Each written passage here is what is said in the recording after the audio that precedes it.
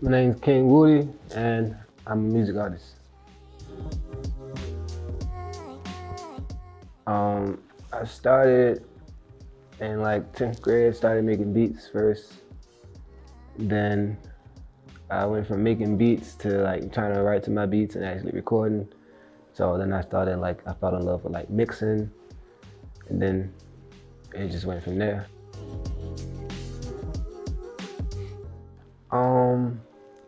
I just felt like legacy leak because I still want to make beats in the future. I felt like that was more so that side of my music art.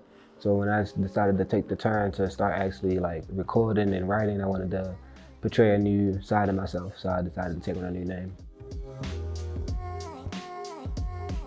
I started going to professional studios, started actually branching out and networking with other artists around the city.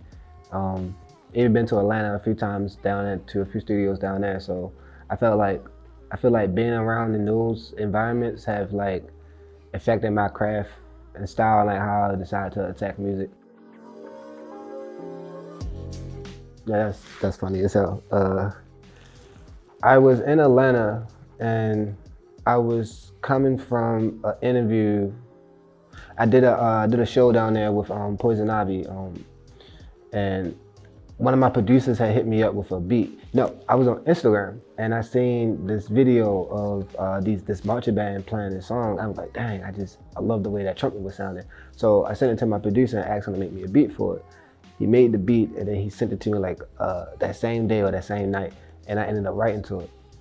So the studio I was going to here in Baltimore, the engineer that works there, the dude that owns the studio is like Scott's manager.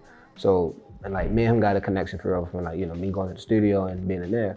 So when I was writing the song, something just told me to ask him if Scola wanted to, you know, jump on the song or something like that. So he was like, sure. I mean, I hit him up, bring him to the studio. So he didn't even hear the beat of the song or nothing like that before we even got to the studio. So he came into the studio and heard like one other song I had did, and then he heard half of Blame It On Me. He was like, no, yeah, that's the one right there. That's the one I want to get on. So I was like, damn.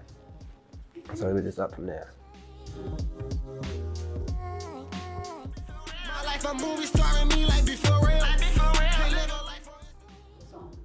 That's Mad. You switched up and now you old bitch, I'm a banker. Is that Rich Cologne? Okay.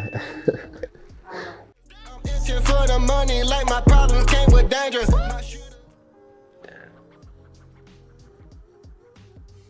Damn, I think that's Check Up, but it's just for the money like my problems came with danger. Damn. I'm bubbling. I feel like Lil Wayne. I cannot remember this. Oh, okay. I don't know why I didn't think it was that one. I don't know why. She gon' follow me on tour. That's my baby, that's my savage. That's dead wrong. Yes, sir. Ooh, with theme with music. It's crazy though, because I feel like the heartfelt and the love songs are the ones that are like my secret weapons, because I feel like emotional songs take more than kind of like hype and turn songs. You know, like we all know how to turn up, how to get hype, so it's easy to talk about. Everybody can talk about it. But everybody doesn't really want to talk about the, you know, things that hurt them or things they've done to hurt other people. So I feel like if you're capable of expressing that, that's a weapon that you can use at any moment. Like you turn that on, anybody, you don't know who can relate to it.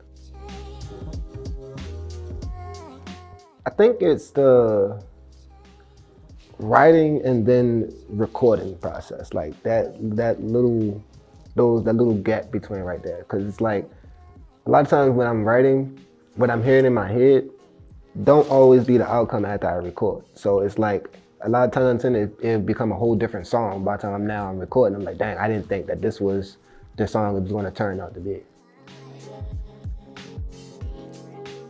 Campaigning.